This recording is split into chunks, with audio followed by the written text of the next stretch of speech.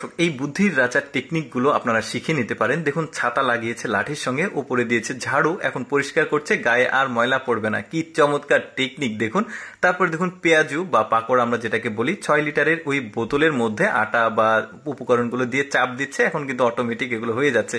দারুণ ব্রেন। তারপরে দেখুন গাছ গছালি বা ছোট চারা যেগুলো লাগানোর পর হাঁস মুরগি ঠুকিয়ে খেয়ে ফেলে, তো এভাবে 6 লিটারের সয়াবিন তেলের বোতল দিয়ে ঢেকে রাখবেন, এগুলো কিন্তু নিরাপদ থাকলো। তারপরে দেখুন হাঁস মুরগি বা পশু পাখি যেন এই ফসল ক্ষেত নষ্ট না করে, দারুণ একটা বুদ্ধি। বাতাস এটা ঘুরবে, ডিশে বাড়ি খাবে, শব্দ হবে, আর ডিস্টার্ব করবে না আর কি। তারপরে দেখুন কি চমৎকার এই লোকটার বুদ্ধি। দেখুন এই যে পাইপের মধ্যে দিয়ে ধানগুলো দিচ্ছে, নিচে এসে এই বস্তাটা লোড হচ্ছে, মানে ধান শুকানোর পর বস্তা লোড করার একটা চমৎকার বুদ্ধি। আর একটা টেকনিক আছে দেখুন, এভাবে একটা বালতি নিচের দিকে কেটে নেবেন। এখন দুইজন যেহেতু প্রয়োজন হয়, বস্তা একজন ধরার প্রয়োজন হয় আর একজনের ঢালার প্রয়োজন হয়, তবে একাই আপনি এই কাজটা করতে পারবেন। বালতির নিচে ফুটো করবেন, এভাবে ঢেলে দিবেন, তুলে নেবেন, বেশ চমৎকার। তারপরে দেখুন কৃষকরা যখন ওই ক্ষেতের জমিতে কীটনাশক প্রয়োগ করে, মুখে চোখে যাতে না পড়ে, এই বুদ্ধিটা করেছে কিন্তু। তারপরে দেখুন এই বুদ্ধিটা আমার কাছে খুব ভালো লেগেছে। এভাবে দেখুন এই বোতলের দুই পাশে ফুটো করেছে, এখন টমেটোর চারা লাগিয়ে এটা যে কোনো জায়গায় ঝুলিয়ে রাখলে এই চারাগুলো কিন্তু ওইখানেই বড় হবে, টমেটো ধরবে, দারুণ। তারপরে দেখুন কম সময়ে অধিক কাজ করার জন্য ডাবল ডাটের কোদাল বানিয়েছে, বেশ চমৎকার কিন্তু অল্প সময়ে অধিক কাজ করার জন্য।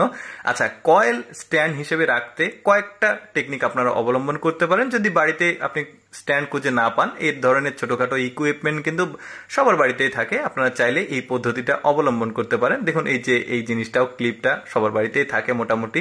তারপর এই ধরনের একটা বক্সের মধ্যেও সুন্দরভাবে কয়েল চালিয়ে সেভ রাখতে পারেন, ময়লা হবে না নিচে।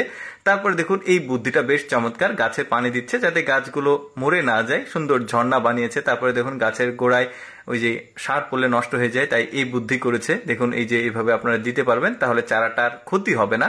তারপরে দেখুন রসুন পেঁয়াজ হয়েছে 6 লিটারের সয়াবিন তেলের বোতলের উপরে, কি দারুণ। আচ্ছা, আরেকটা টেকনিক দেখাই। দেখুন আমরা অনেক সময় ওই যে ভুঁড়ি খেতে পছন্দ করি, নেহেরি ভুঁড়ি, তো সেটা পরিষ্কার করার একটা সহজ টেকনিক আছে। সবগুলো বোতল দিয়ে দেখুন এইভাবে আপনারা বেসিনে খুব সুন্দরভাবে বোতল কেটে দারুণভাবে ভুঁড়িগুলো পরিষ্কার করতে পারবেন। টেকনিকগুলো কিন্তু কাজে লাগার মতো। তারপর দেখুন এই যে একটা বোতলে পানি রেখেছে, তরকারি রান্না করার সময় পানিটা দিচ্ছে, টাইট করে দিলে মুখটা আবার বন্ধ হয়ে যাবে। তারপরে দেখুন এইভাবে কি চমৎকার ভাবে বালতি লোড করছে পানিতে।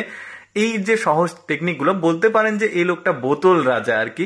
দারুণ বুদ্ধিগুলো, এটাও কিন্তু আমার কাছে বেশ জোস লেগেছে। ধরুন আপনার বাসায় ঝর্ণা নাই, আপনি কিন্তু এভাবে বোতলের নিচে ফুটো করে আপনি কাজ চালিয়ে নিতে পারেন আর কি। অল্টারনেটিভ বুদ্ধি, ইনস্ট্যান্ট ব্রেন যাকে বলে, বেশ চমৎকার। তারপরে হেলমেট বানিয়েছে 6 লিটারের সয়াবিন তেলের বোতল দিয়ে।